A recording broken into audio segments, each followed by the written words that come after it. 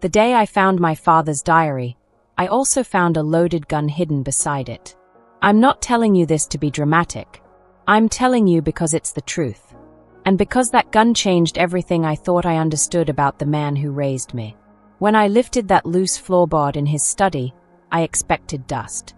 Maybe some old tax documents. Perhaps a forgotten watch or a stack of letters tied with string. What I found instead was a leather-bound diary wrapped in cloth, and beneath it, a Smith & Wesson revolver, fully loaded, with a single bullet missing from the chamber. My hands started shaking before I even touched them. I remember the exact moment. It was 2:47 in the afternoon on a Tuesday in March. The house was silent except for the sound of my mother vacuuming downstairs.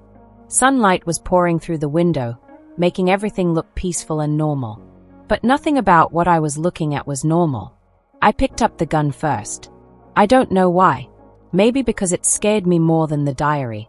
It was heavier than I expected. Cold. Real. I checked the chamber, hands trembling, and confirmed what I'd already seen. 5 bullets. 1 empty slot. Where was the 6th bullet? I set the gun down carefully on the desk and picked up the diary. The leather was worn smooth, like it had been handled thousands of times. There was a small lock on it, but when I tried the clasp, it opened easily. My father had never actually locked it. He had just hidden it so well that he thought no one would ever find it. He was almost right. I opened to the first page, and I saw words that made my blood run cold. If you're reading this, then I'm already gone. And you've probably found the gun. Don't be afraid of it. I never used it. Though God knows, there were nights I came close. I stopped breathing. What did that mean? What had my father almost done? And why had no one ever known he was in that much pain? I turned the page, and I saw the date. March 15th, 1968. 2 years before I was born. And then I saw the words that would haunt me for the rest of my life. Daniel is not my son. And the man who is his real father tried to kill me last night. The diary slipped from my hands and hit the floor with a sound like thunder. My name is Helen. I'm 53 years old. I'm a high school teacher in Ohio, a mother of 2. And up until that moment, I thought I knew exactly who my family was. I thought I understood my quiet, careful father. I thought I knew why my older brother Daniel had always felt like a stranger to me. I thought I knew my mother's gentle sadness, the way she looked at old photographs with tears in her eyes. I was wrong about all of it. This is the story of what I found in that diary. But more than that, it's the story of what I did with the truth once I knew it. Because some secrets don't just hurt the people who keep them. They hurt everyone who comes after, in ways you can't imagine until it's too late. And this secret, this one was dangerous, because the 6th bullet, I would eventually find out exactly where it went. And when I did, I realized that my father's diary wasn't just a confession. It was a warning. Let me take you back. Let me show you the family I thought I knew, before everything shattered like glass. I grew up in Millbrook, Ohio. Population 8,000. The kind of town where Friday night football games are the biggest event of the week, and everyone still leaves their doors unlocked. At least, that's what it looked like from the outside. Clean streets. White picket fences. The American dream wrapped up in a neat little package. Our house was on Maple Street, a 2-story colonial with blue shutters and a garden my mother tended like it was her therapy. And maybe it was. I understand that now. My father, Robert Mitchell, worked as an accountant at Mitchell & Sons, the firm his grandfather had founded in 1932. Every morning at 7:15, he would put on one of his 5 identical gray suits, kiss my mother on the cheek, and walk exactly 3 blocks to his office. Every evening at 6 o'clock, he would return, hang his coat on the 3rd hook by the door, and ask, "How was everyone's day?" Routine, predictability, safety. That was my father. But there were cracks if you looked closely. And I'm ashamed to say I never looked closely enough. He never raised his voice. Not once in my entire childhood. Most people would say that's admirable. But now I wonder if it was because he was afraid. Afraid that if he started letting emotion out, he wouldn't be able to stop. That everything he'd been holding back for decades would come pouring out like a flood. He had a study on the second floor. A small room with dark wood paneling and shelves lined with accounting textbooks and old National Geographic magazines. Every night after dinner, he would go up there and close the door. We could hear him moving around, the sound of papers rustling, a chair creaking. Sometimes the typewriter. Sometimes just silence. My mother never went in there. Neither did I. Neither did Daniel. It was his room. His sanctuary. Or maybe his prison. I know that now. My mother, Catherine, was different. She was warm where he was cool. Expressive where he was contained. She laughed easily, hugged often, filled the house with the smell of cookies and the sound of music. She made our home feel safe. But there was always something underneath. A sadness that lived behind her eyes, especially when she thought no one was watching. I'd catch her sometimes, staring out the kitchen window at nothing, her hands still in the dishwater, tears running silently down her face. "Mom, are you okay?" I'd ask, and she'd smile and wipe her eyes and say, "Oh, honey, I'm fine. Just being silly." But she wasn't fine. She was carrying a weight I couldn't see. A weight my father had helped her carry, but that never got any lighter. Daniel was my older brother. 3 years older, to be exact. We shared a house, a last name, and parents, but we never really shared ourselves. He kept to himself. Always did. He had friends, but they never came over. He played basketball, but he never invited us to his games. He got good grades, but he never talked about school. It was like he was living parallel to us, not with us. I thought it was normal. Older brothers are supposed to be distant, right? They have their own lives, their own worlds. I never questioned it. But here's something I remember now, something that didn't make sense at the time. When I was about 7 years old, I heard my parents arguing. It was late at night, and I had gotten up to get water. Their bedroom door was cracked open, and I heard my mother's voice, urgent and pleading. "He looks more like James every single day, Robert. People are going to start noticing. Someone's going to say something." "Then let them say something," my father replied, his voice tight with anger I'd never heard before. "He's my son. On paper, in law, in every way that matters. James has no claim to him. None." "But what if he comes back?" my mother whispered. "What if he tries to?" "He won't," my father interrupted. "He's too much of a coward. And if he does, he'll regret it." I didn't understand what they were talking about. I stood there in the hallway, confused, and then I went back to bed and forgot about it. Until I found the diary. Until I found the gun. Until I realized that my father hadn't been speaking hypothetically. He had been preparing for a threat that was very, very real. I grew up thinking I was safe. I grew up thinking my family was normal, maybe even boring. I left for college at 18, became a teacher, married Thomas, had 2 beautiful children. I called home once a week, visited on holidays, sent birthday cards. I was a dutiful daughter to parents I barely knew. Daniel left too. He moved to Chicago, got a job in finance, married a woman named Laura. We saw each other maybe once a year, usually at Christmas. Our conversations were polite and empty. We talked about weather and work and nothing that mattered. I thought that was just how families were. Distant, polite, cordial. I didn't know we were all dancing around a bomb that had been ticking for 50 years. My father retired at 65. I remember visiting for his retirement party. He seemed lighter that day, almost relieved. He smiled more than usual. He even told a joke. My mother watched him with tears in her eyes. Happy tears, I thought. But now I wonder if they were something else. If she was crying because she knew. She knew that even in retirement, even with all the time in the world, he would never be free. The secret would follow him to his grave. And it did. 5 years ago, my father died of a heart attack in the middle of the night. Quick. Painless, the doctors said. My mother woke up beside him and found him already gone. The funeral was small. Friends from the firm. Neighbors. Daniel flew in with his family. My kids stood beside me, confused about why Grandpa was in a box. I cried, but not enough. I felt guilty about that. Why wasn't I more devastated? Why did it feel like I was mourning a stranger? Because I was. After the funeral, my mother asked me to help her clean out his things. She couldn't do it alone. So I came back to Maple Street, to the house I grew up in, and I started the process of dismantling a life. His clothes went to Goodwill. His books went to the library. His papers, decades of receipts and tax forms, went into trash bags. It was mechanical work. Mindless. I didn't think about what I was doing. Until the third day. Until I went into his study. Until I moved his desk chair and heard the floorboard creak. And that's when everything changed. That's when I found the gun. And the diary. And the truth. The gun sat on the desk like an accusation. I couldn't stop staring at it. My father, the man who said please and thank you to telemarketers, who never even raised his voice when Daniel crashed his car at 16, who cried during Hallmark commercials.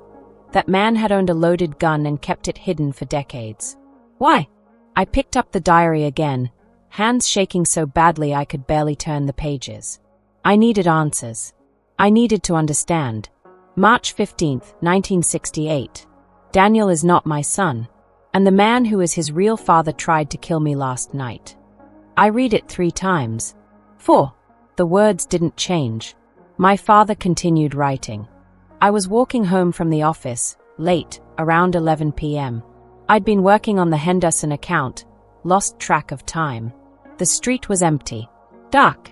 I heard footsteps behind me, but I didn't think anything of it. Then I heard his voice. Hey, Bobby. Only one person ever called me Bobby. James Crawford. The man who got Catherine pregnant and then ran like a coward when she needed him most. I turned around, and there he was. Standing under a streetlight, hands in his pockets. He looked older. Meaner. Drunk, probably. He's always drunk. James, I said. What do you want? I want to talk about my son. You don't have a son, I told him. Daniel is my son. Legally. Permanently. You signed away your rights. He laughed. An ugly sound. I didn't sign anything, Bobby. I just left. Big difference. Then you have no claim, I said, and I started to walk away. That's when he grabbed my arm. You think you can just take what's mine, he said, his voice rising. You think you can steal my family and I'll just let it go. I didn't steal anything, I said. You threw it away. I picked up the pieces. That's when he pulled the knife. I gasped. My hand flew to my mouth. A knife. James had pulled a knife on my father. It happened fast, my father wrote. He swung at me. I jumped back. The blade caught my coat, ripped through the fabric. He swung again. This time I grabbed his wrist. We fought. He was stronger than I expected. Stronger and more desperate. We ended up on the ground, rolling, both of us fighting for the knife. I felt it cut my hand. Felt the blood. Felt the panic. Then I heard a voice. Police. Drop the weapon. Officer Dennis Kowalski, making his rounds. He'd heard the commotion. James let go of the knife and ran. Just took off into the darkness like the coward he's always been. Dennis helped me up. Looked at my hand. You need stitches, he said. And you need to file a report. No, I told him. No report. Bob, this man tried to kill you. I know, but if we file a report, it becomes public. People will ask questions. They'll want to know why. And then everything comes out. Everything about Catherine. About Daniel. I can't do that to them. Dennis looked at me for a long time. Then he nodded. Okay. But Bob, you need to protect yourself. This guy's dangerous. He's not going to let this go. That's when Dennis gave me the gun. His personal backup piece. Keep it, he said. And if he comes back, don't hesitate. So now I have a gun in my house. A loaded gun. And I don't know what scares me more, the idea that I might have to use it, or the idea that I might want to. I sat back in the chair, dizzy. My father had been attacked. He'd been cut, bled, nearly stabbed to death on a dark street corner. And no one had ever known. Not my mother. Not Daniel. Not me. He'd carried that secret alone. But why? Why not tell the police? Why not protect himself properly? Because he was protecting us. He was protecting Daniel from knowing his biological father was a violent drunk. He was protecting my mother from the shame of people finding out the truth. He was protecting the carefully constructed lie that held our family together, even at the cost of his own safety. I turned the page. March 20th, 1968. I told Catherine about the gun. I had to. I couldn't keep it hidden without her knowing. If Daniel found it, if something happened, she needed to understand why it was there. She cried when I told her about James, about the attack.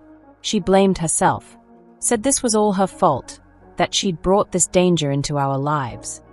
I held her and told her it wasn't her fault, that James made his choices and I made mine, that I chose to be Daniel's father, that I chose to be her husband, and I'd make that choice again, every single day, no matter the cost. She asked me what we should do.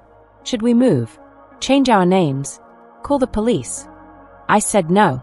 We stay. We live our lives. We don't let him win. But I keep the gun close, just in case.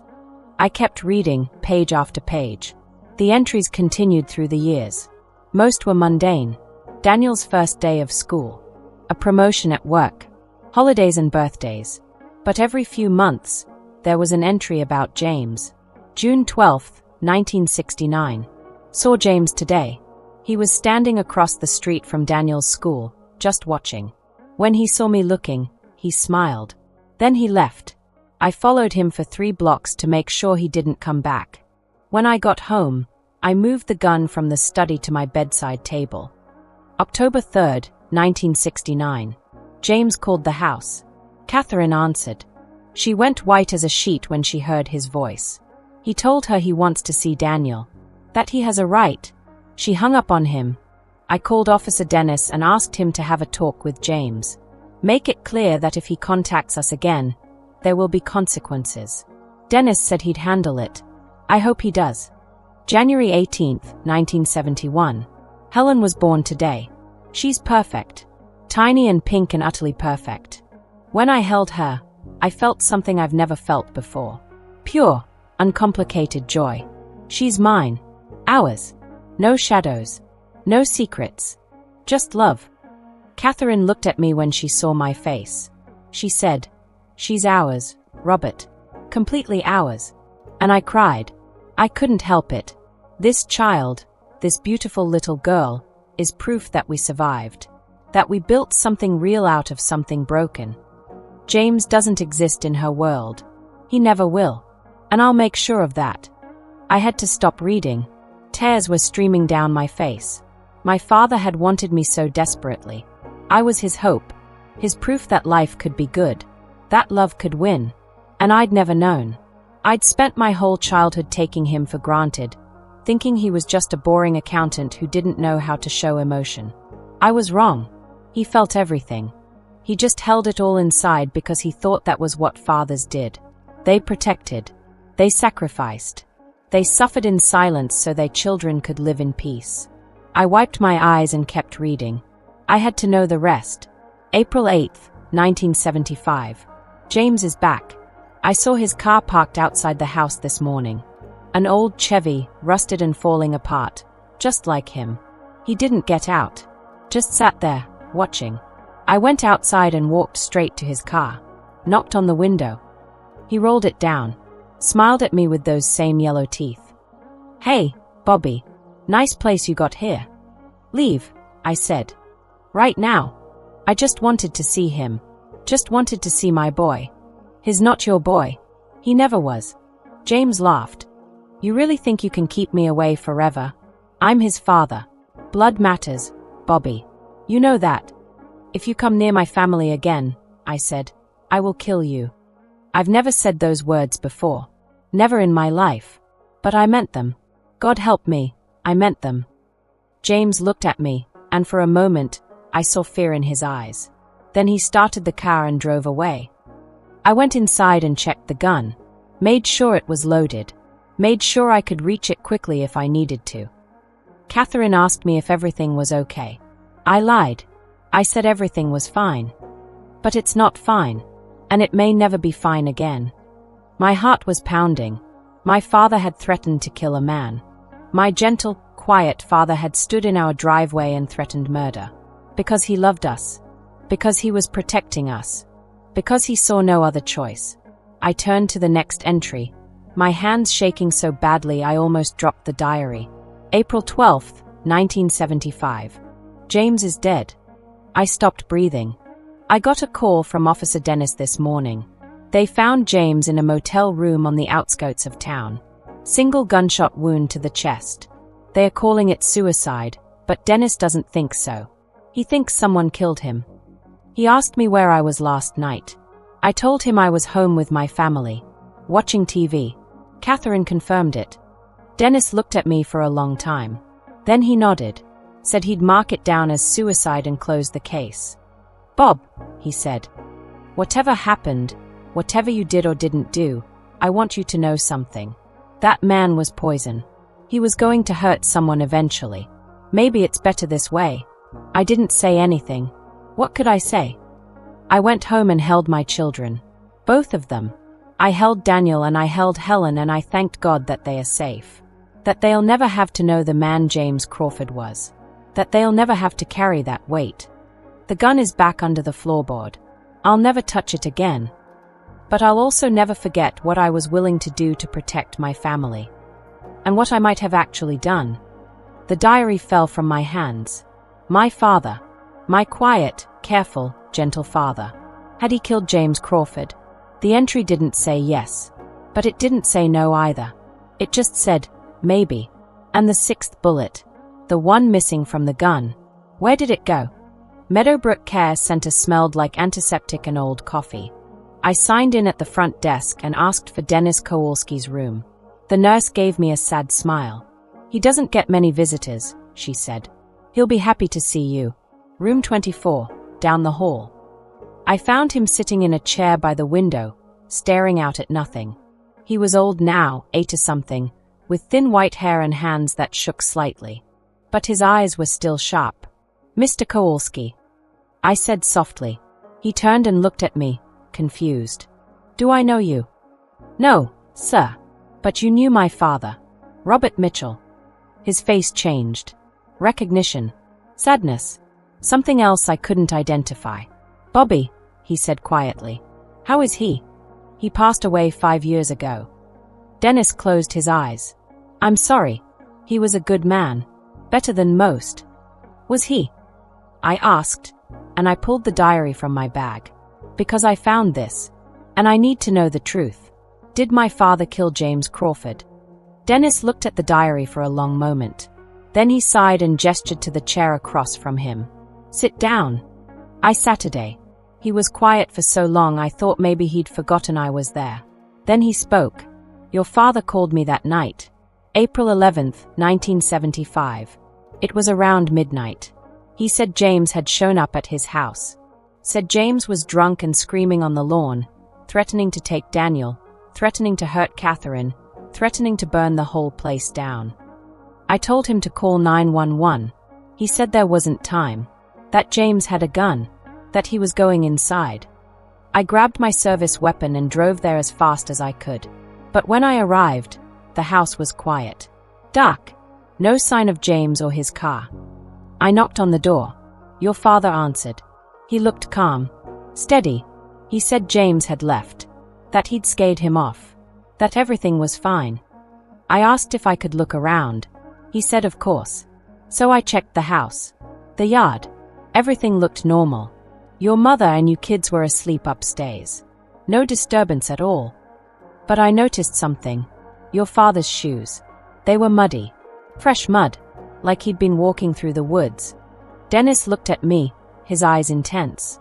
I asked him about it. He said he'd chased James into the trees behind the house. Made sure he didn't come back. I wanted to believe him. God, I wanted to. But something felt wrong. The next morning, they found James at the Starlight Motel. Single gunshot wound. My colleagues said suicide. The gun was in his hand, angle was right, no signs of struggle. But I knew it wasn't suicide. Because I'd seen James's gun before. He carried a .38 special, old and rusty. But the gun they found in his hand, it was a .357 Smith & Wesson. Clean. Well maintained. The same model I'd given your father 3 years earlier. My heart stopped. So you think my father killed him? Dennis shook his head slowly. I don't think. I know. But here's what I also know. I went to that motel myself after my shift. I looked around, and I found something in the trash can outside James's room. A bottle of whiskey, empty. And a note, handwritten, covered in James's fingerprints. The note said, I'm sorry. I can't do this anymore. Tell Bobby he won. Tell my son I'm sorry. Now, was that note written by James voluntarily? Maybe. He was drunk, depressed, violent, running out of money and options. Maybe he really did decide to end it. Or maybe someone sat with him, talked to him, convinced him this was the only way out, handed him a gun and watched him pull the trigger. Or maybe someone put a gun to his head and made it look like suicide. Dennis leaned forward. I don't know which version is true, Helen. I honestly don't. What I do know is this: your father came to me the next day. He gave me back the gun, said he didn't need it anymore, said he felt like he could finally breathe. He also gave me an envelope with $10,000 in cash. Said it was for James's cremation and burial. Said every man deserves a decent ending, no matter how he lived. That's not the behavior of a cold-blooded killer. That's the behavior of a man carrying impossible guilt. Maybe because he killed someone. Or maybe because he pushed someone to kill themselves. Or maybe because he was there when it happened and didn't stop it. I closed the case as suicide. I never reopened it. And I never told anyone what I suspected. Because in the end, the world was safer without James Crawford in it. And your father was too good a man to destroy over someone like that. Dennis reached out and took my hand. Your father loved you, Helen. He loved your mother.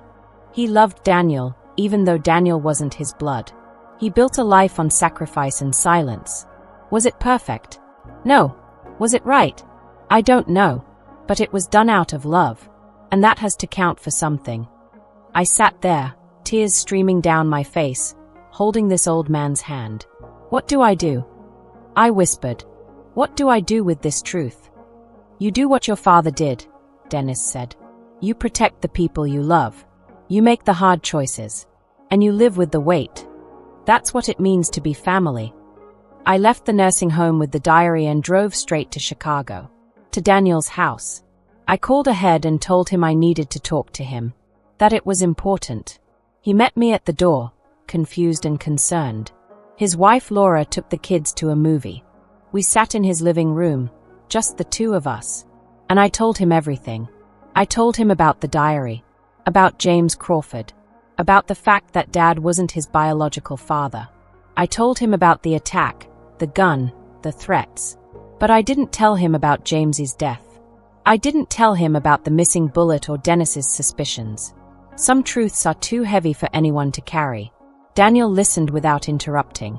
His face went through so many emotions I couldn't track them all. Shock, anger, grief, relief, confusion. When I finished, he sat there in silence for a long time. Then he said, "That explains so much." "I know. I always felt it," he said. "Always felt like I was different. Like I didn't quite belong. I thought there was something wrong with me. Like I was broken somehow." "You're not broken," I said. "You never were. Dad loved you, Daniel. Maybe not the way you needed. Maybe not the way he loved me. But he loved you. He chose you. Every single day, he chose you." Daniel nodded, tears running down his face. "I wish he'd told me." "So do I." "What was his name?" Daniel asked. "My real father. What was his name?" "James Crawford." "Is he still alive?" I hesitated. Then I said, "No. He died a long time ago." "How? Does it matter?" Daniel looked at me for a long moment. Then he said, "No, I guess it doesn't." We sat together in silence. And slowly, carefully, we started to talk. Really talk, for the first time in our lives. We talked about our childhood, about the distance, about the things we'd both felt but never said. And we began to build something new. Not the relationship we should have had, but the one we could have now. Built on truth, on understanding, on choice. Because that's what Dad had taught us, even if he'd never said it out loud. Family isn't just blood. It's choice. It's showing up. It's carrying the weight so others don't have to. And sometimes, it's keeping secrets that protect the people you love. I still have the diary. It's locked in a safe in my bedroom, along with the gun. I've never shown it to my husband or my children. Some truths are mine alone to carry now. Daniel and I talk every week now. Real conversations. Deep ones. We've become the siblings we never were growing up. He tells me about his struggles, his fears, the way he's always felt like he was playing a role instead of living a life. And I listen. Really listen. He's started therapy. He says it helps. He says understanding where he came from, understanding the truth about his parents and his father's sacrifice, has given him permission to stop trying to be perfect. To stop trying to earn a love he already had. My mother passed away 2 years after I found the diary. She went peacefully in her sleep, just like my father. At her funeral, Daniel stood beside me and held my hand. We didn't say anything. We didn't need to. After everyone left, we went back to the house on Maple Street one last time. We stood in my father's study, in the room where I'd found the truth. Do you think he did it? Daniel asked quietly. Do you think he killed James? I thought about Officer Dennis's story. About the muddy shoes and the missing bullet and the $10,000 for a funeral. About a man who loved so fiercely he was willing to become someone he wasn't to protect his family.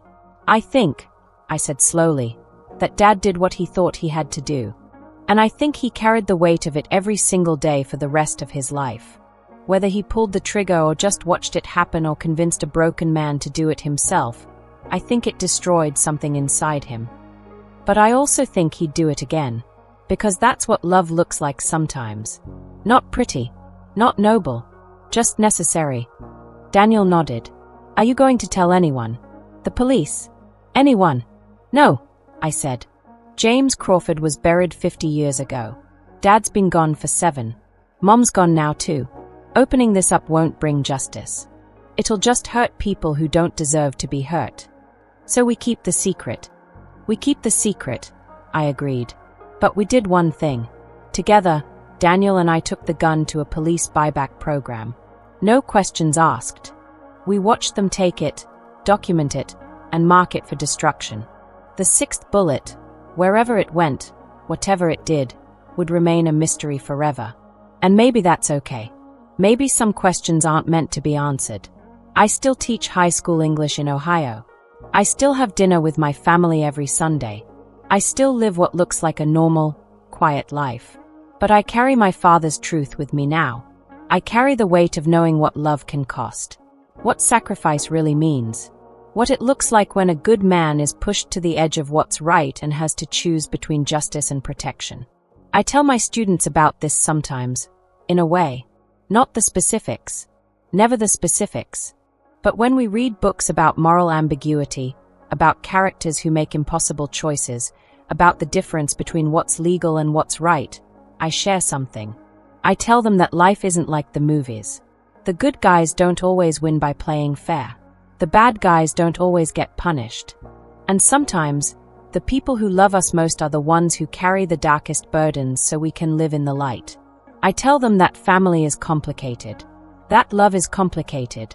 That truth is complicated. And I tell them that sometimes, the bravest thing you can do is choose to protect someone, even when it costs you everything. My students don't always understand. They are young. They still think the world is black and white, right and wrong, good and bad. But someday they'll understand. Someday they'll face their own impossible choices, their own secrets, their own truths that are too heavy to speak out loud. And maybe, if I've taught them anything, they'll remember that being human means carrying weight. It means making hard choices. It means loving people even when it hurts. It means being like my father. Last month, I went back to Maple Street. The house has new owners now. A young couple with a baby. They've painted the shutters green and planted new flowers in the garden. It looks happy, fresh, like a place where new stories can begin. I stood on the sidewalk for a while, just looking, remembering. The woman came out and asked if I was okay. I told her I used to live there. She invited me in for coffee. I almost said no. But then I thought about my father, about how he would have wanted me to move forward, not stay stuck in the past. So I went inside. The house looked different, brighter. The dark wood paneling in the study was painted white. The floors had been refinished, but the bones were the same. The creaky third step on the stairs. The way the afternoon light came through the kitchen window.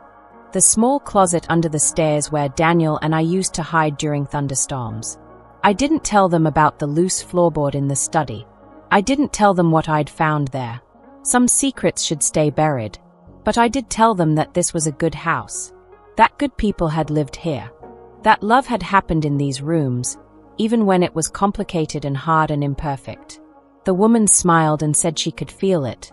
That the house had good energy. That it felt like a place where families were built. I nodded, because she was right. This house, this ordinary house on Maple Street in a small Ohio town, was where a man made impossible choices. Where a woman learned to live with uncertainty.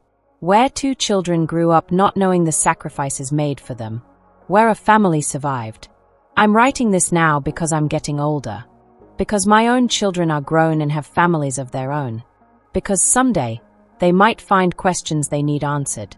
And I want them to have this story. Not the diary. I'll never show them the diary. But this version. The cleaned up version. The version that tells them who their grandfather was without destroying their memory of him. I want them to know that he was a man who loved deeply. Who sacrificed everything. Who made choices I'll never fully understand. Who carried secrets that broke him slowly, day by day, year by year. I want them to know that family is messy. That love is complicated. That sometimes the people we admire most are also the people with the most scars. And I want them to know that it's okay. That being imperfect doesn't mean being unworthy. That making hard choices doesn't make you a villain. That protecting the people you love, even at great cost to yourself, is perhaps the most human thing any of us can do. My father's diary held a painful family truth. But it also held something else. It held proof that love exists. Real love. The kind that doesn't quit when things get hard. The kind that doesn't run when secrets come to light. The kind that carries weight so others don't have to. The kind that survives. 3 months ago, I got a call from Daniel. He and Laura were expecting another baby. A girl. They wanted to name her Catherine, after our mother. And they wanted to give her a middle name too. Roberta, after our father. I cried when he told me. Not sad tears. Not exactly happy tears either. Just tears. The kind you cry when something broken gets put back together. Not perfectly. Not like it was before.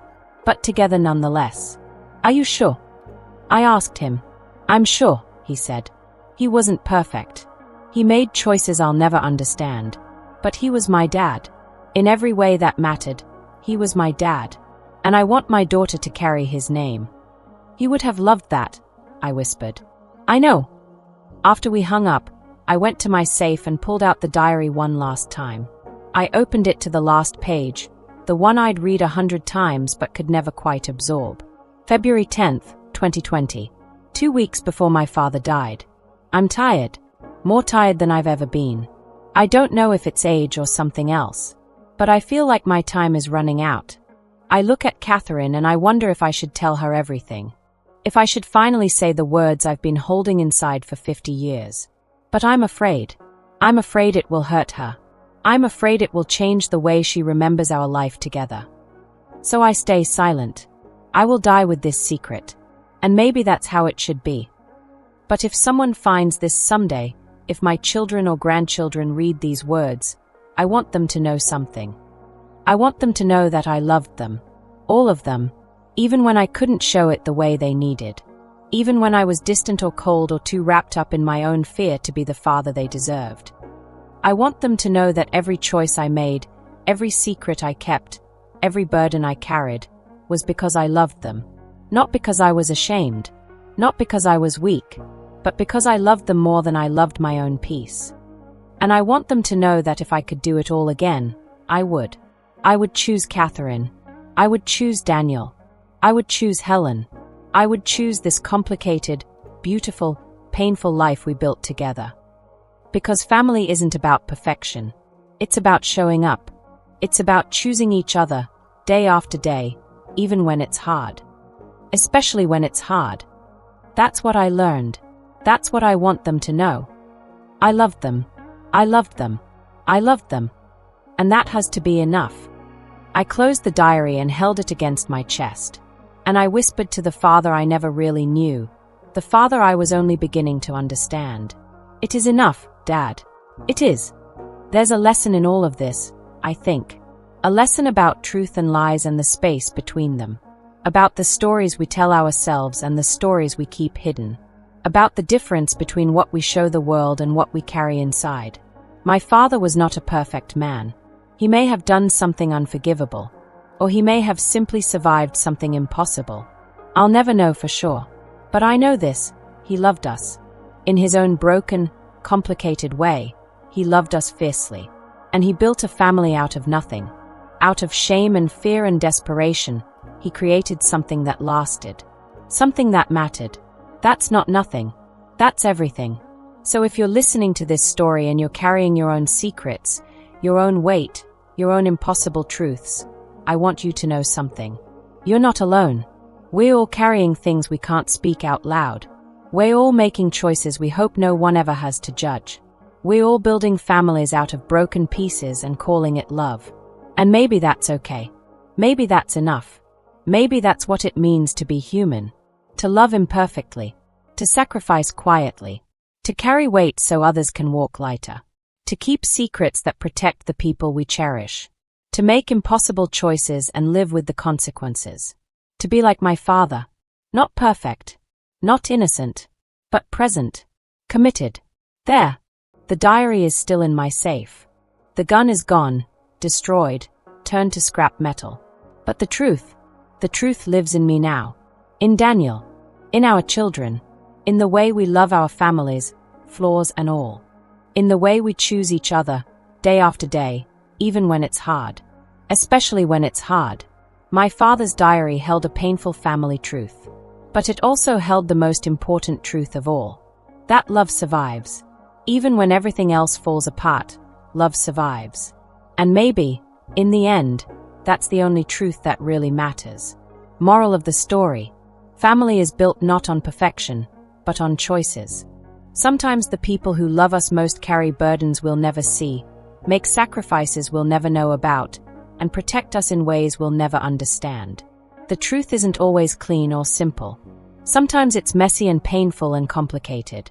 But love, real love, survives all of it. It survives the secrets, the lies, the impossible choices. Because love isn't about being perfect. It's about showing up. It's about choosing each other, even when the cost is high. Especially when the cost is high. That's what makes us family. Not blood, not biology, but choice, sacrifice, love that endures, no matter what.